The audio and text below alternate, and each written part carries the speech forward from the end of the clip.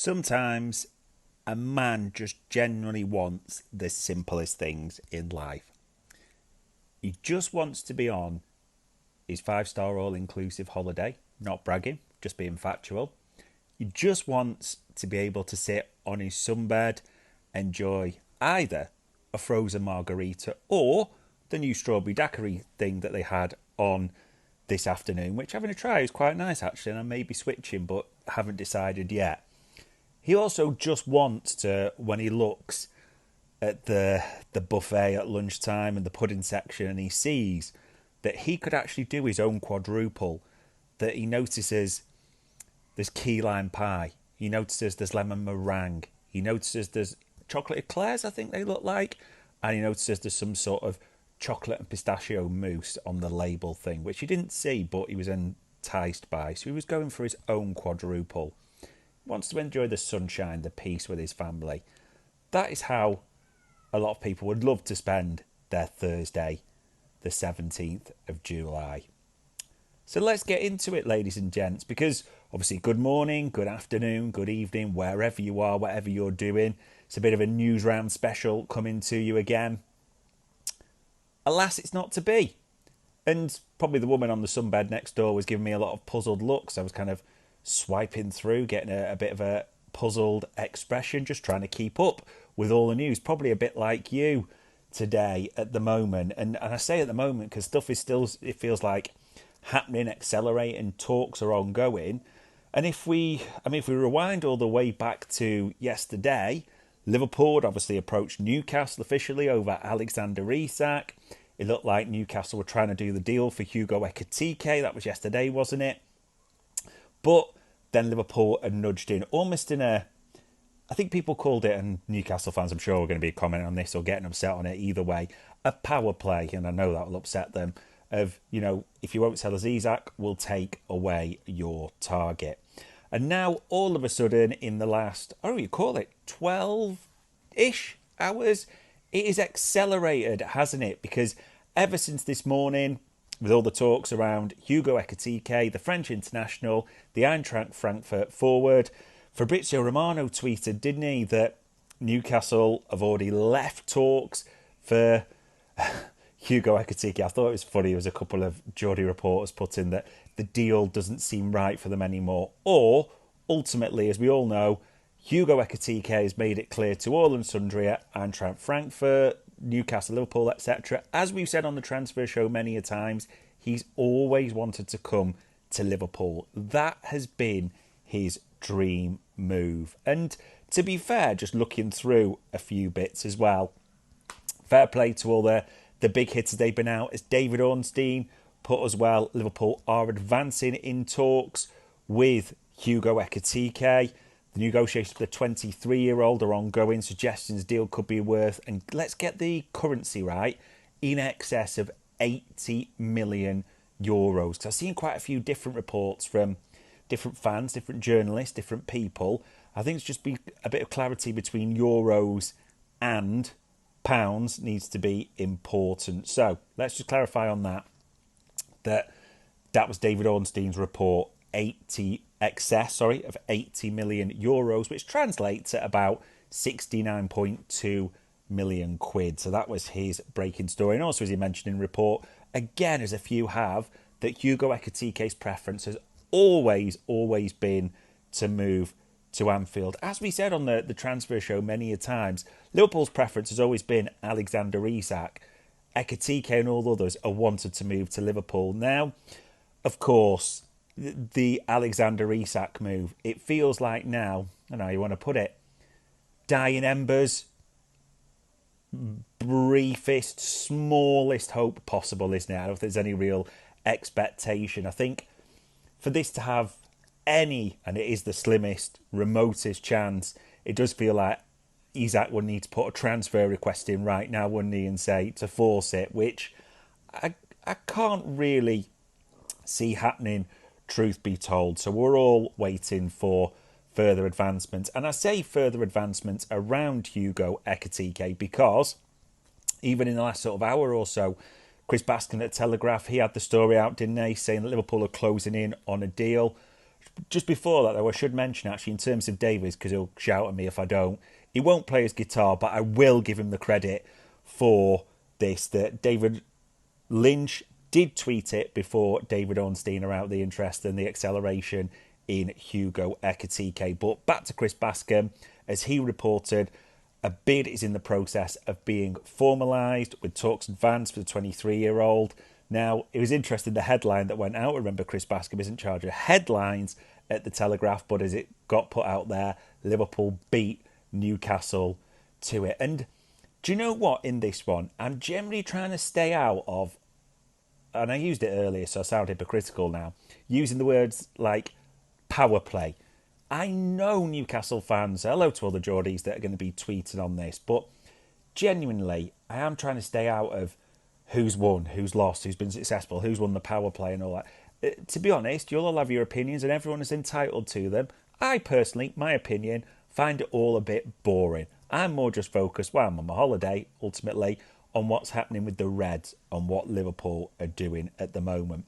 But as we'd also said on the transfer show, Liverpool will jet off on the 23rd, we're led to believe, so they want the deal done before then, as Chris Bascombe also mentioned in his article. And others have reported it.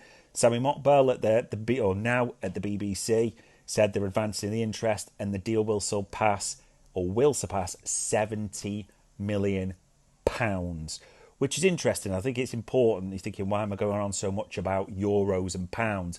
I have seen so many reports just purposely conflating the two, and probably going to stretch into it. I'm digging my own grave here, but Newcastle fans saying, "Oh, Liverpool have been conned now into paying £100 million." Like, first of all, the difference between the two is quite distinct, and looking at what's being reported by the respected journalists, that just isn't the case at the same time, is it, as well? So, yeah. And also, I should say, I may have mentioned it before, but I'm now clocking that 5 different articles have made it clear that Hugo Ekitike has told Eintracht Frankfurt that Liverpool is the team he wants. And I get it. People will be looking at this, and there will be some with a slight sense of disappointment. It looks like it's not going to be Isaac, and I get it. I totally get that. I think part of it, and I'm going to use a phrase which people won't like and will bring a bit of PTSD in here, Hugo Ekitike is a project player. It's okay to say that. That's not being derogatory. But in terms of where he's come from, where his standing is currently and what he could be, he is the definition of a project player. Yes, he has lots of qualities, which we'll touch upon, but it's okay to use that phrase. What you, or anyone who's feeling the same has got to do a little bit right now is just pack up our Darwin Núñez PTSD and put it in a box. Because that was always thinking, like, not another Darwin, not another project player, not another one we're going to hear who's quick. And it is important to mention that Ekitike will bring pace and acceleration to the front line. If you look at the Bully stats, which they published publicly, that he did have a 35.53 kmh. Fucking rapid, put it that way. So, yeah, absolutely. He will bring that speed to the front line. That is a quality they've picked him up for. I mean, in the Bundesliga alone, he had 33 appearances, didn't he? 15 goals, 8 assists.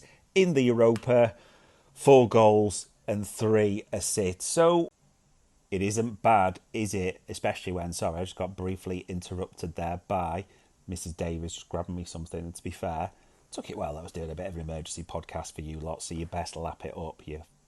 Anyway. So yeah, talk about Hugo Ekitike there, 30 goal contributions. I mean, we ran him before on TMM. I know me and Bart's, or someone on Bart's will be doing it as well. But when you look at certain aspects, it's quite clear what he is. He's, and I phrase this carefully, a chance magnet, which people will jump on because they'll talk about Darwin Núñez being a chance magnet as well.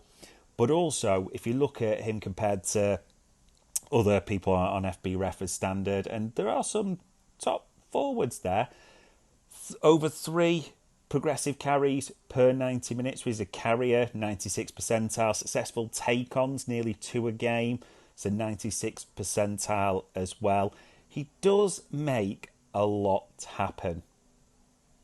Then again, and I understand, I'm not going to sell all on this, I'm not trying to, time will tell. Some will say, well, that's the same with Darwin Núñez, isn't it? That's the exact same things. He makes stuff happen as well. But there is a lot to like, and I think it is also important to remember, more than anything, Hugo Ekitike has made it crystal clear that Liverpool is the team he's wanted. You forget that he had those offers from Chelsea earlier in the summer. Newcastle came calling, but it's Liverpool he's wanted all this time. So let's be excited by this. If and likely when it happens, because even Fabrizio Romano has put out on his Instagram, hasn't he, in the last hour or so, that it's advancing very quickly, this one. It does feel like Liverpool have made the call. So, yeah, I think Isaac hopes can take a flamethrower to those. Talk some other positions, though. ESPN Brazil had it, didn't they, for Rodrigo, that Liverpool are in. And Alex Crook, even in recent times, has put it in that Liverpool and Real Madrid have had preliminary talks with or over Rodrigo. He's clearly out of favour with Xavi Alonso. Many expect him to leave. So we mentioned that Alex Crook. Also one, I don't want to say this, but we've got to mention the name again. Anthony Gordon. He's also mentioned him that if Luis Diaz does leave. Now, if you clock the reports, Luis Diaz, again, it just keeps lingering around. The Saudi bid, isn't it? 100 million euros, which translates to 86 million quid. Of course, we rejected the Bayern bid the other day, didn't we, for 58.5 million pounds. You can do your conversion in euros for that one as well. I know I seem hurt by this, but the currency thing does just wind me up a little bit, the way people are using it. Just be accurate. Doesn't matter. Just say what the reports say. So there's that. So yeah, Darwin Núñez again, that Lorenzo Luca has landed in Napoli. That deal for Darwin Núñez Napoli is completely off. So we're all waiting for, is there a Saudi bid going to be forthcoming, even though all the focus is naturally on Hugo Ekitike and that one at the moment. Again, also at the same time, Liverpool are not going to start the season, I can't say this strongly enough, with Van Dijk, Konate and Gomez as the only fit centre-back options. And I've seen some people suggest, well, Lucas Stevenson could. Not going to happen. Liverpool are going to bring in another centre-half before the start of the season. And again, the Mark Guéhi thing, not really got any updates on that. We will just have to see. But it is just exciting across the board. I mean, if Hugo Ekitike comes in, your forward options as it stands are Salah, Gakpo, Diaz, Wirtz, Ekitike, Gakpo. Crazy. And even as I'm looking, I know tweets are coming in about Ekitike and everything advancing, Rodrigo. Stuff just feels like it is developing super duper quickly. And as I said at the start, the important thing to remember is Richard Hughes and Michael Edwards, they love a Friday. Now, I'm not planning to jump on. I am not planning to join you for any more strawberry daiquiris and puddings are my sort of port of call. I mean, literally, I've got a crack in tan, and I realise probably I'm doing this with a top that if Eddie Gibbs had his way, I'd be doing it topless and we'd be selling tanned pay-per-view type of thing, but that's a different story. Strawberry daiquiri, sunbed, that is my plan. However, if the boys in the suits keep doing the madness in the boardroom, there may be more jumping on. But we will see what develops before we head off on that Far East tour. Enjoy your time. I'm enjoying my holiday, ladies and gents. That was another news round for Anfield Index.